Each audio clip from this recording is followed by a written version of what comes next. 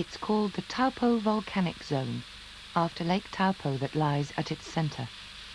It's barely 240 kilometres long and 32 kilometres wide, but this narrow strip of North Island, New Zealand, is an area of intensive volcanic and thermal activity.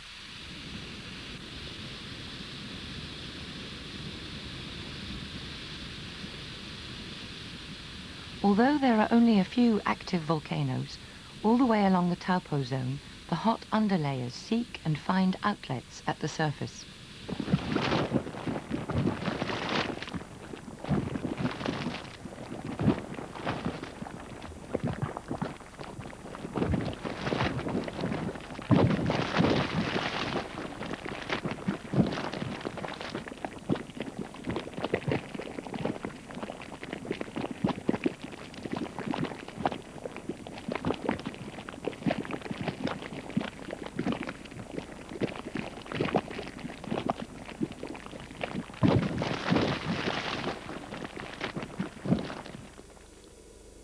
The first Maori settlers had their own explanation for all this.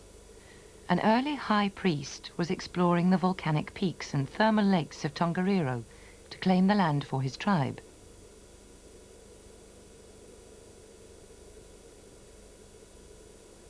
To survey the area better, he climbed the volcano Narahoe. When he reached the summit, he was caught in a snowstorm. Freezing to death, he called to his sisters in Hawaiki, the mythical Pacific island from which the Maoris are said to have come, to send fire to warm him. So his sisters sent fire demons. They travelled by an underground route, and wherever they surfaced looking for him, fire and steam broke out of the earth, until at last they reached the volcano Narahoe.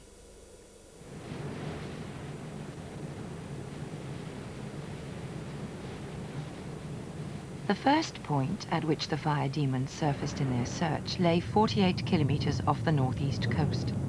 Today it's called White Island, probably after the colour of the thick layers of volcanic ash which cover it.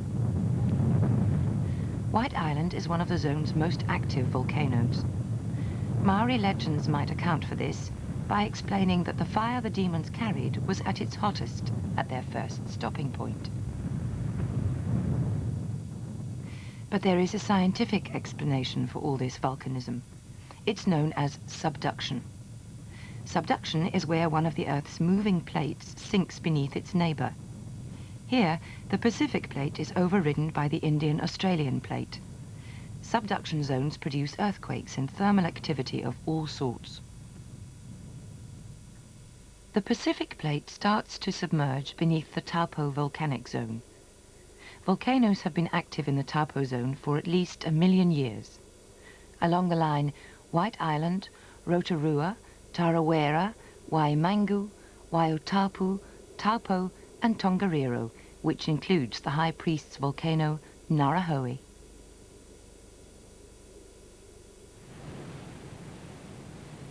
The fire which the Maori demons brought, or more scientifically, which the clash of two of the Earth's tectonic plates releases, affects the lives of everything in this highly volcanic area.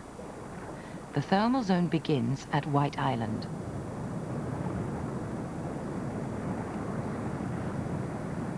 White Island is really the top of a huge undersea mountain. It erupts more frequently than the other New Zealand volcanoes. Captain Cook sighted it in 1769, but never landed. One theory about its name is that Cook called it White Island because its cliffs reminded him of the Isle of Wight. But the colour of the ash deposit seems a more likely explanation.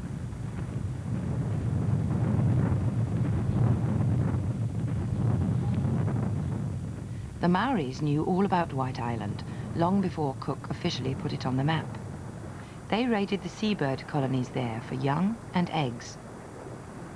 The white patch on the headland isn't another layer of volcanic ash.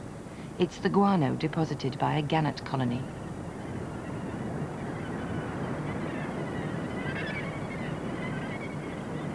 If the seabirds have overcome the difficulties of living on New Zealand's most active volcano, man has been totally defeated there.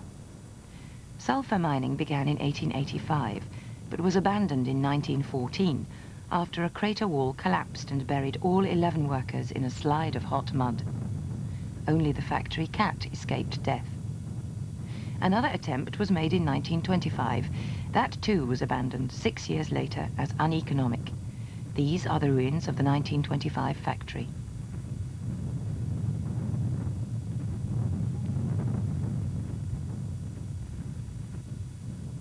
Vegetation fares rather better. These stunted Pohutakawa trees are defoliated after every eruption, but usually recover after a couple of years.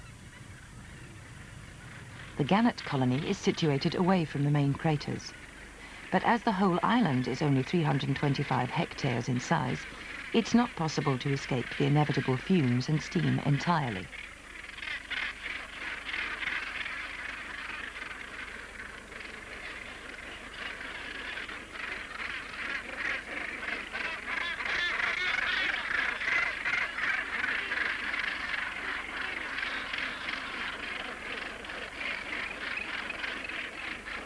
White Island certainly can't be the ideal place in which to rear young.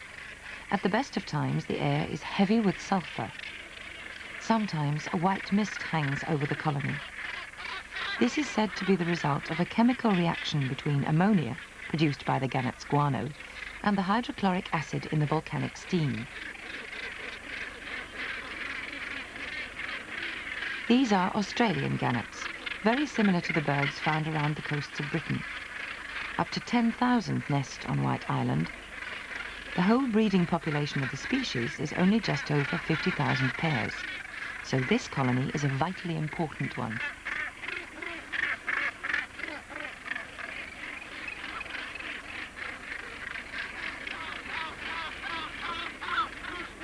They don't breed until they're at least 5 to 6 years old, and they mate for life.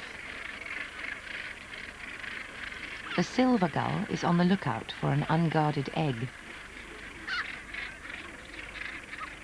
Despite all the apparent disadvantages of nesting here, the colony appears to be a thriving one. The species as a whole is prospering. The total number of Australian gannets has more than doubled since 1947. Undoubtedly, lack of disturbance is the great advantage of breeding on White Island. It outweighs any danger from volcanic activity. Visiting ornithologists and volcanologists are about the only people who ever go there. Some people say that no one except a nesting gannet would wish to do so.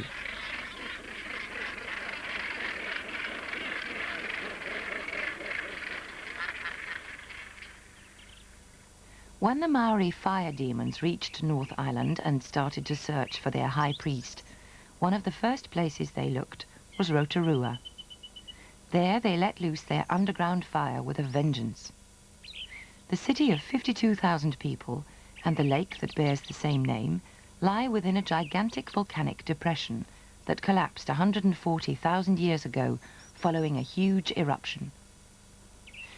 Rotorua is famous for its thermal activity, geysers, bubbling mud pools, free boiling water and central heating, and sometimes a lethal gas, hydrogen sulfide. This has been known to collect on the surface of swimming pools and kill the swimmers. But the citizens of Rotorua have largely adapted to the dangers, and so has the wildlife.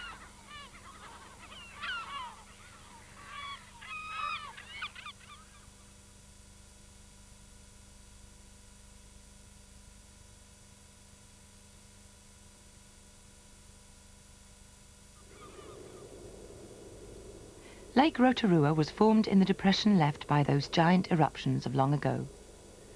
Both town and lake sit in the caldera that collapsed as a result of vast amounts of lava being ejected. There's still thermal activity on parts of the lake bed. The most powerful is very close to the town at Sulphur Bay. Despite this proximity, no one much visits Sulphur Bay unless you count little black shags, black swans, silver-banded plovers, and silver and black-billed gulls.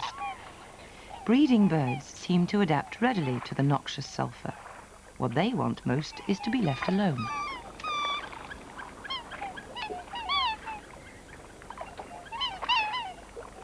At first sight, It's difficult to see what attracts both common and rare breeding birds to this malodorous and steamy sand spit.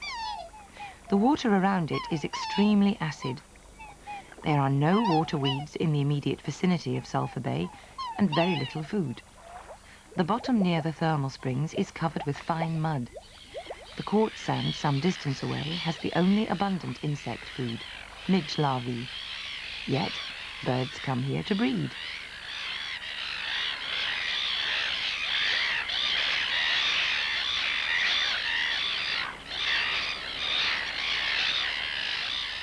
Silver gulls are common coastal breeders in New Zealand, but there are very few inland breeding colonies. A few silver gulls started nesting in Sulphur Bay in 1939. Now, over 1,000 pairs breed here. The gulls' nesting area, Sulphur Point, was made a wildlife sanctuary in 1964. It seems that birds are not put off by harsh conditions, so long as they get freedom from human disturbance.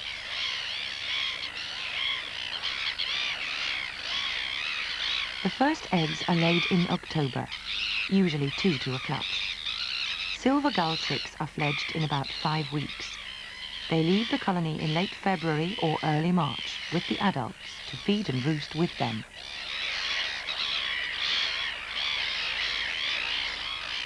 The parents gather very little food in the sulphurous water, but there are plenty of small fish further out, where the clear water of the open lake begins.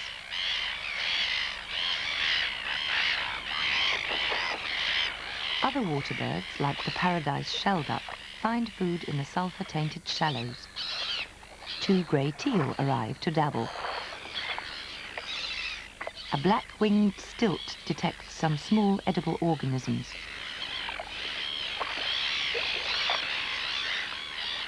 Even the gulls depart from their usual routine and feed in the shallows, stirring up the bottom mud with their feet. A sudden hatch of midges is the most likely explanation.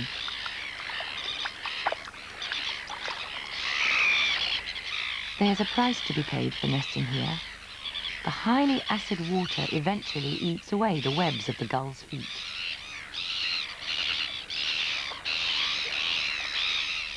Although it's unusual to find the normally coastal nesting silver gulls breeding on Sulphur Point, it's even more extraordinary to discover black-billed gulls have a colony here too. Black-billed gulls are usually South Island birds and have special adaptations for nesting on fast-flowing South Island streams.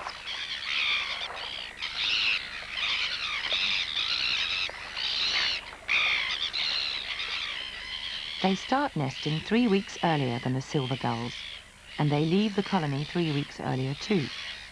This synchronized breeding is an adaptation they've acquired to deal with the flood-prone South Island mountain rivers. If they can complete their nesting cycle in the period when rivers are least likely to flood, it's greatly to their advantage. Here on Sulphur Point, they're never going to get flooded off, so there must be more to the unusual choice of Lake Rotorua as a nesting site than this. Almost certainly, it's freedom from disturbance once again. Sulphur Bay is visited by very few people. However, there are threats. A jet helicopter flies tourists low over the bay. There's talk of a hovercraft service. Nesting birds can take poisonous fumes in their stride, but not jet engines. To the west of Rotorua, the Maori fire demons overdid things. They created a mountain that blew its top. On the 10th of June 1886, between midnight and 6 in the morning, Mount Tarawera exploded, killing 150 people and completely altering the landscape. The eruption created a huge chasm that for many years lay bare of vegetation. Much of the gash in Mount Tarawera is as bare as the day the mountain exploded. But on the gentler slopes of the ruined mountainside, vegetation is beginning to creep back. That it has managed to get any hold at all is due very largely to a third gull species, the kelp gull, very similar to the blackback gulls of the Northern Hemisphere. In recent years, kelp gulls have increased greatly around Rotorua. They feed on the town's rubbish tips and sewage works. They nest high on the once denuded slopes of Mount Tarawera. That these heights are no longer bare, but covered with dense brownish grass, is largely due to the gull colony. Their guano has enriched the bare volcanic soil and given the grass a luxuriantly fresh start.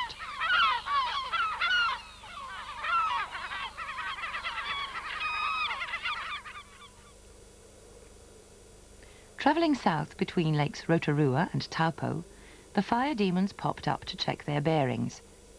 This time, they left some of their fire behind in the lovely Waimangu Valley. History might argue with legend here. The Maori fire demons brought their heat to warm their high priest many thousands of years ago. Some thermal features of the Waimangu Valley were created by Mount Tarawera's explosion over 100 years ago. But the belt of thermal activity, caused by the collision of two of the Earth's moving plates, runs right through Waimangu.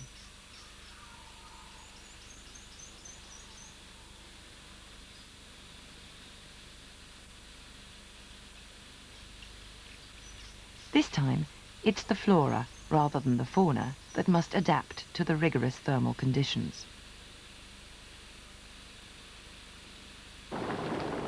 The entire vegetation of the valley was obliterated by the Tarawera explosion. So Waimangu is scientifically unique. Everything that grows there dates from that time. The history of each plant species is therefore well recorded. Not only its growth, but its reaction to steaming ground, hot springs, warm stream and lake margins, and even gas vents.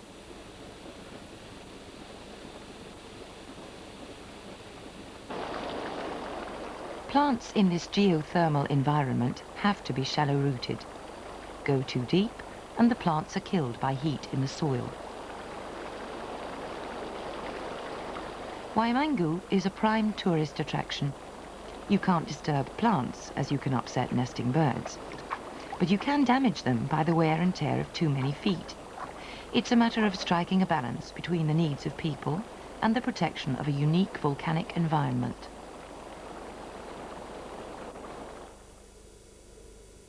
The next point along the line of volcanic activity is Waitapu.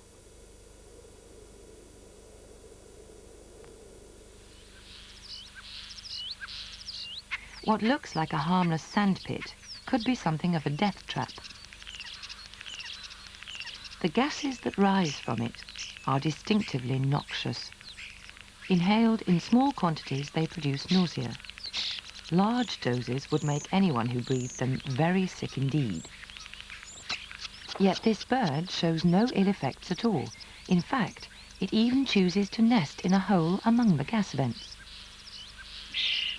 It's a starling, a descendant of one of the birds imported from England around the turn of the century by the New Zealand Acclimatization Society. The gases lying heavily around its nesting site include hydrogen sulfide, which is fatal to humans. Yet the starlings at Waitapu happily carry on amid the fumes, catching insects to feed their chicks hidden in a nest close to one of the gas vents.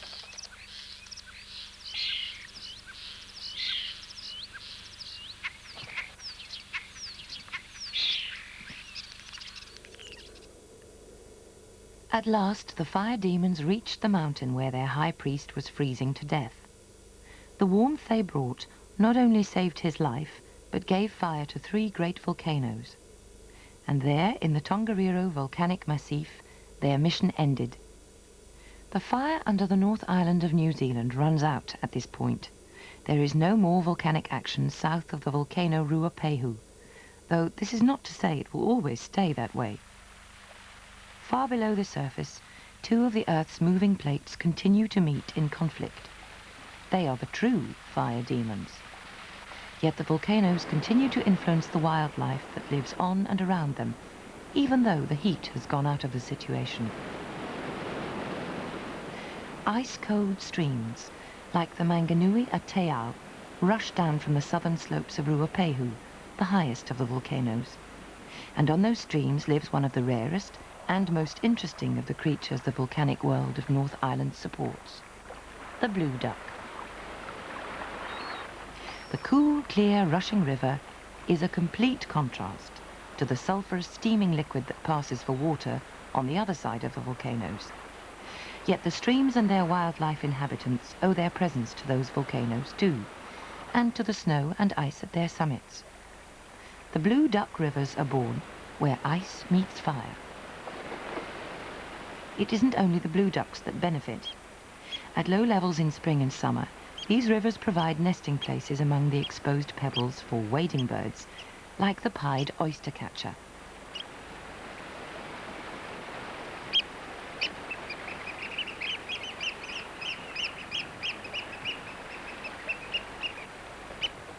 They are monogamous and strictly faithful to each other.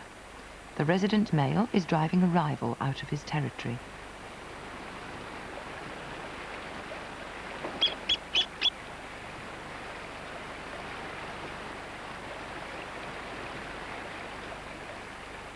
A nesting place for one species is a feeding place for another.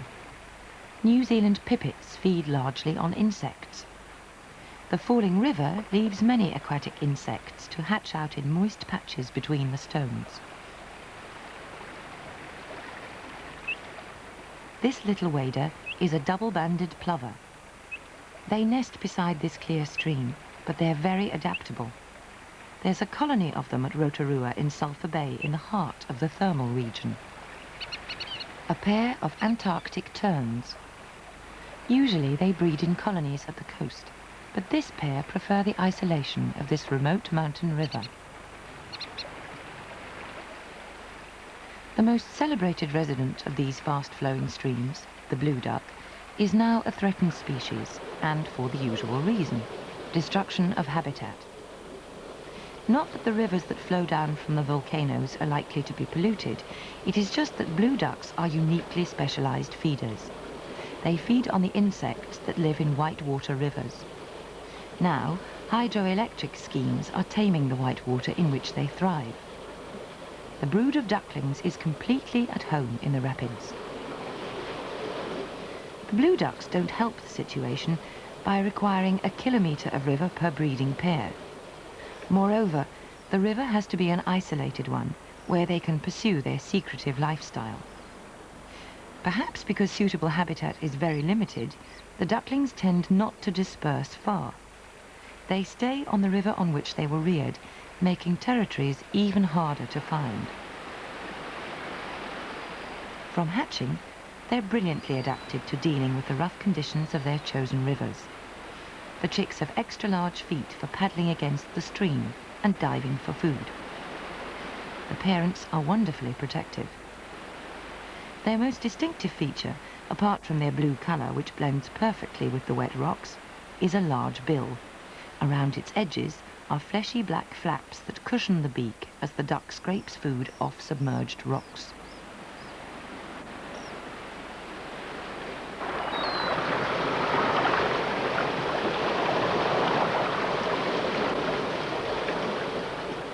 This particular blue duck river is safe from development.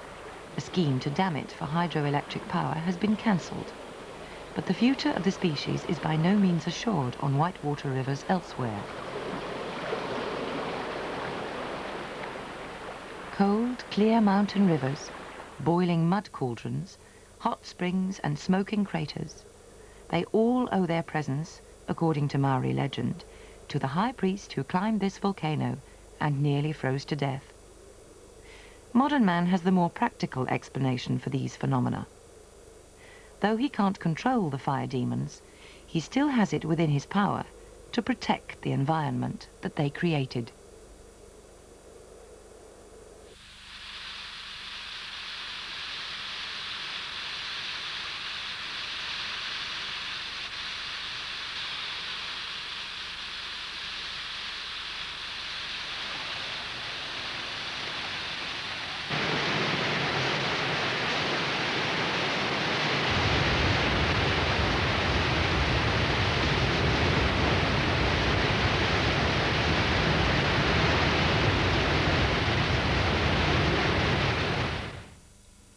The impact the fishing industry is having on the beautiful cormorants of Lake Malawi is investigated tomorrow night at the same time on 5.